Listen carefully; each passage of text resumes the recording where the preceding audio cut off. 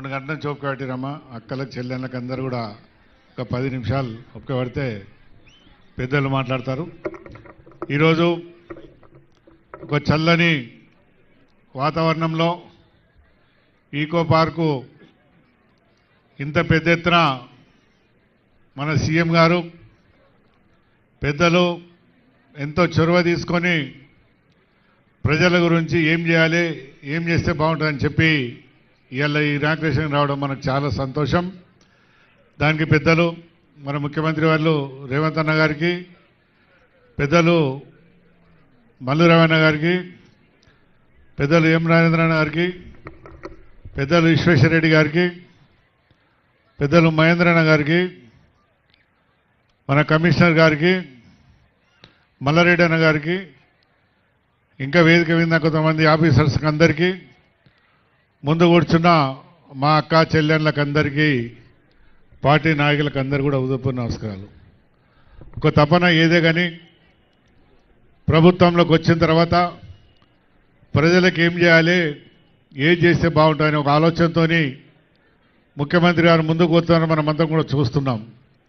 ఇది ఇంచుమించు 75 కోట్లతో 85 ఎకరాల్లో పార్కును వచ్చినాక చేస్తానని చెప్పి ఏ పని కూడా నేను ఆపకుండా చేస్తానని చెప్పి మాట ఇచ్చిన ముఖ్యమంత్రి మన ముఖ్యమంత్రి గారు.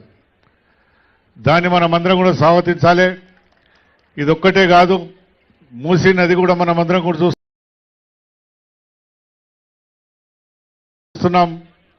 మూసీ నది మీద ఎంతో మమ్మల్ని కూడా ఉత్తర కొరియా అక్కడ తోలిచ్చి అక్కడ ఏ విధంగా ఉంటుంది, మనదికి ఏ విధంగా చేయాలని చెప్పి ఆలోచనతో ముఖ్యమంత్రి గారు తోలిస్తే మేమందరం కూడా మంత్రులమందరం కూడా పోయి చూసి వచ్చిన తర్వాత అక్కడ ప్లాన్ అంతా తెచ్చిచ్చిన తర్వాత ఈరోజు ఆ కార్యక్రమం కూడా మెదలు పట్టబోతున్నాం. మనమందరం కూడా ఏం చేయాలి, ప్రజలకు ఏం చేస్తే బాగుంటుంది, హైదరాబాద్ని ఏ విధంగా సుందరంగా చేయాలి, బయట దేశాల్లాగా మనం ఎందుకు కావద్దని చెప్పి ఆయన ఒక కోరిక.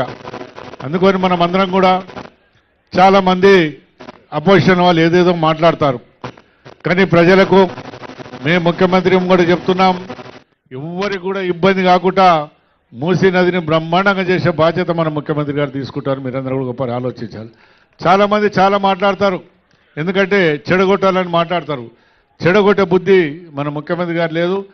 ఏ ఇల్లు పోదు, ఏ అపార్ట్మెంటు ఏది పోదు, పోయినా ఏ విధంగా చేయాలని ఆలోచనతో ముఖ్యమంత్రి గారు కూర్చొని చేస్తున్నారు.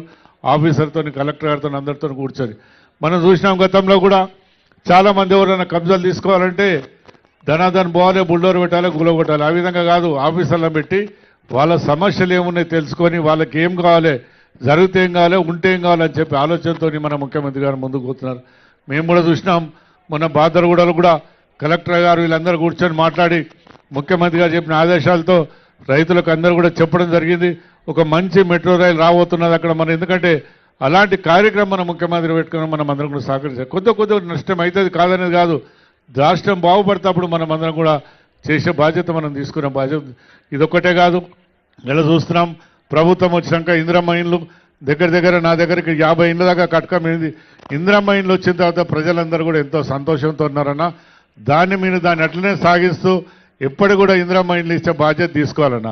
ఒకటి నేను కోరేదన్న, ఒకటే, ఈ డబుల్ బెడ్రూమ్లు ఇచ్చే బదులు ఏ బస్తీలు అయితే ఏ కాన్స్టిట్యున్సీలు అయితే ఉంటారో ఆ కాన్స్టిట్యున్సీల్ని గవర్నమెంట్ లాంటి చూస్తే ఇల్లు కట్టిస్తే సంతోషపడతారన్న. ఇప్పుడు ఏమవుతుందంటే మనం ఈడ ఉన్నోళ్ళని తీసుకుపోయి జలపల్లిలో తీసుకొని ఇబ్రాహీంపట్నం తీసుకుపోయి రాయందాలు వేస్తే ప్రజలందరూ కూడా ఇబ్బంది పడుతున్నారు. అదొకటి మీరు దృష్టి పెట్టుకోవాలి. ఎందుకంటే మీరు చాలా అనుభవస్తున్నారు, ఏ విధంగా చేయాలని మీ అందరూ కూడా ఆలోచన. ఊర్లో గవర్నమెంట్ ల్యాండ్ చాలా ఉంటాయి, ఓ దగ్గర 4 ఎకరాలు 5 ఎకరాలు కబ్జాలు ఉన్నాయి. అలాంటి ల్యాండ్లను వెరిఫై చేసి ప్రజలకు ఇస్తే బాగుంటుందని కూడా నేను కోరుతున్నాను. అందుకొచ్చి ఇదొకటే కాదండి, పార్కులు కూడా రోడ్లు కూడా చూస్తున్నాం. ఇవాళ మంచిగా రోడ్లు బ్రహ్మాండంగా ఎడల్పుగా తీసుకుపోతున్నాం. ఇలా శంషాబాద్ కూడా చూస్తున్నాం ఏ విధంగా జరుగుతుందో.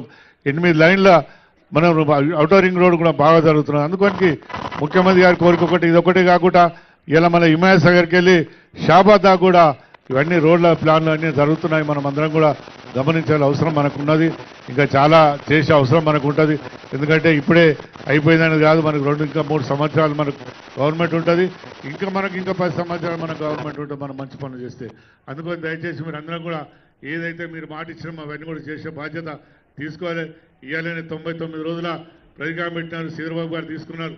దాన్ని కూడా మేమంతా గ్రామాల్లో తిరిగి అంతా సక్సెస్ చేస్తామని చెప్పి ఇంతమంది కార్యక్రమం పాల్గొన్నందుకు నిన్న కూడా మహిళలకు మనం ఒక్కసారి, ఎందుకంటే ఇలాంటి పార్కులు ఉండబట్టుకనే మనం బయట పోయి ఎంజాయ్ చేయాలి కాదు, ఈడ మన దగ్గర ఏ విధంగా చేయాలనేది ముఖ్యమంత్రి గారు తెలుసు. ఇలాంటి పార్కులు కడితే జనం ఏ విధంగా తీసుకురావాలని కూడా ఆయనకు అనుభవం చాలా, ఏ విధంగా చేయాలని ఆ కార్యక్రమాలు కూడా తీసుకుంటాడని నేను చెప్తున్నాను.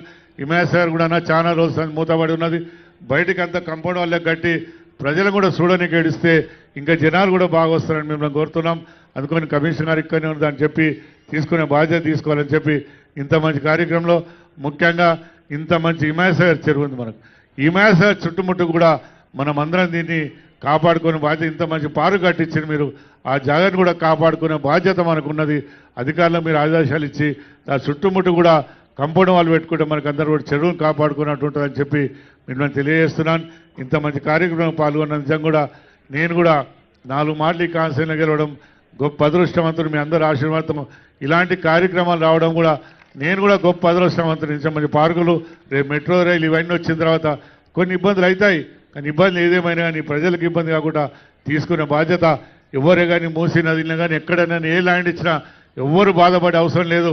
ముఖ్యమంత్రి గారు మేము కొట్లాడి అన్నా ఇది కాదు అని సంజాయించి మీకు అందరు కూడా న్యాయం చేసేటట్టు ఎవరు మాట వినకుండా ఆ నదిని కూడా సాఫ్ చేసి మేము అందరం కూడా ముందంజడం చెప్పి నేను ఇస్తున్నాను. థ్యాంక్ యూ అందరికి. ధన్యవాదాలు సార్. స్థానిక పార్లమెంట్ సభ్యులు గౌరవనీయులు కొండ విశ్వేశ్వర